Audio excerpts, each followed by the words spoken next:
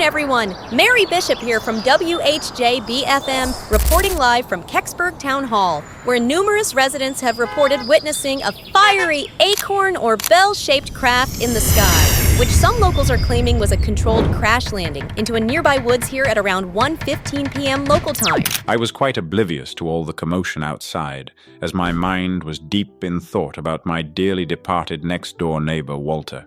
I'd asked my parents if I could attend his funeral, as he had no family of his own. Over the years, since he moved in, I had become quite friendly with Walter, the lonely old German guy next door. The silence of the empty church is overpowering. Its cold stone walls feel like they're closing in around me. My gaze settled on the coffin, stirring a flood of memories of Walter. Just then, my thoughts were interrupted by a tall man in a long black leather coat and a trilby hat, who greeted me with a forced smile. You must be Alex. Walter spoke very highly of you. I am Bernard, the executor of Walter's estate. Walter asked me to personally deliver this letter to you. My condolences for your loss. I will see to the burial later. For now, I will leave you to your grief. He handed me the letter with a respectful bow of his head. With that, he turned on his heel and departed, his footsteps echoing in the silent, cavernous space. As Bernard's footsteps faded into the distance, I was left alone in the vast, echoing emptiness of the church. The silence was almost oppressive, the cold stone walls closing in around me. I sat down on a pew, my hands trembling as I held the letter, afraid of what secrets it might contain. My gaze drifted to the coffin, and memories of Walter flooded back. Walter, the kind yet solitary neighbor with those piercing blue eyes that had unsettled so many when he first moved in. He had been an enigma, an outsider, yet always greeted me with a polite smile. I recalled a sweltering Friday afternoon. Walter was mowing his lawn, sweat pouring down his face. Feeling a pang of sympathy, I brought him a tray with milk and cookies. His eyes lit up with gratitude, and he invited me to sit with him on the freshly cut grass. As we sat, he began to unravel his life story. He spoke of the accident at his father's science lab that had cost him his little finger, a mishap he now chuckled about. He recounted his service to his country, the tragic loss of his entire family during the war, and his subsequent move from Germany to America. A travel poster of Pennsylvania in summer had caught his eye, and immediately decided that was the place to start anew. Walter confided that he was now a writer, chronicling his many adventures. Our Friday talks became a cherished routine. Each week, he would regale me with amazing tales of time travel that he and his best friend shared. I could tell he was a masterful writer, as his stories were so vivid, so rich in detail, traversing countless eras and locales. I looked down at the letter in my hands. It bore a logo I didn't recognize, and German text beneath it, giving it an air of officialdom. With a deep breath, I unfolded the paper within. It was written in a beautiful script, with the ink from a fountain pen. Walter had always been a man of tradition. Slowly, I began to read Walter's neatly written words, each word a connection to the past and the mysteries that Walter had left behind. My dear Alex, as I pen these words from the beyond, I envision only you and Bernard gathered in solemn respect, the last witnesses to my departure from this world. Among all who crossed my path since my arrival in America, you alone extended a hand of kindness to this old German outcast, who others often ridiculed and shunned. Your compassion breathed new life into my soul, and our Friday rendezvous became the highlight of my week. The joy in your eyes as I recounted my tales mirrored my own excitement in sharing them with you. But now, my dear Alex, I must unburden myself of a secret I have kept for my entire life, a secret sworn to my fatherland, never to be revealed while I lived. Now, in my death, you are the only one to whom I can entrust this truth.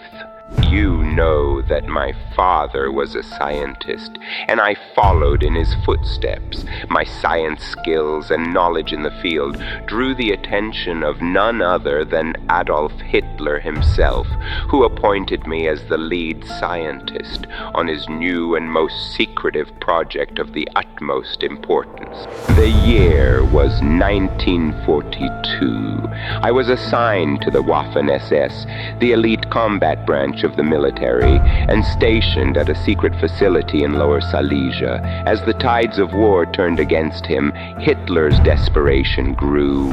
With each passing day of the war, he sought a wonder weapon, a miracle to turn the tides and secure Germany's dominance over the world. For 2 grueling years, I experimented with a strange, purplish, metallic-looking substance, codenamed Serum 115, rumored to have been salvaged from a mysterious aircraft that crashed near our Antarctic base. I paused, my breath catching in my throat as I read, my hands trembling, whether from the cold or the shocking revelation, I couldn't tell. The weight of Walter's words pressed upon me, urging me to continue reading. I labored alone, driven by a fevered determination that bordered on madness. By 1944, I had constructed a machine based on Hitler's cryptic blueprints. To the untrained eye, it appeared as nothing more than a glowing, rotating contraption. But I knew its true potential. The device, with its 2 high-speed, counter-rotating cylinders filled with Serum 115, held the power to bend both time and space. I had perfected it to the point of achieving the ability to control precisely where, and more importantly, what date I wanted to travel to. Sitting inside the machine, I cautiously tested its capabilities within the confines of my lab. At first, only moving the machine from one side of the lab to the other, I experienced the eerie sensation of traveling through space and then time, an hour forward, then an hour back. I had done it. I had created a device capable of moving through the very fabric of time itself.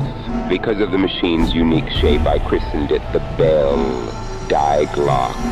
One fateful evening, as I sat within its enigmatic confines, questions swirled in my mind like a tempest. I realized that in the wrong hands, this device could unleash untold havoc upon the world. And so, with a heavy heart and a resolute spirit, I stole it away. My dear Alex, of all the tales I have spun for you, this one stands as the pinnacle. The story to end all stories. Thank you for being my friend. Perhaps we shall meet again in another life.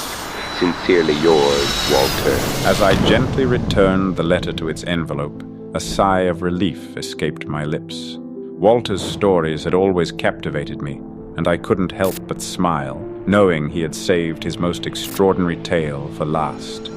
I sat in the hushed silence of the church. I reflected again on the incredible time travel journeys Walter had shared with me. Just then, the church door creaked open, breaking the spell of my thoughts. Expecting to see Bernard, I was taken aback when a young man briskly strode down the aisle and approached me with an air of urgency. His piercing blue eyes locked onto mine with an intensity that sent a shiver down my spine. He raised his hand to his lips in a gesture of secrecy. It was then I noticed his little finger was missing. Good morning, Alex. Are you ready to begin our time travel adventures? Yes, that good friend who accompanied me on my journeys. That was you. Stunned yet exhilarated, I looked up at him, smiled and nodded approvingly. This is the end of my story. Or is it just the beginning?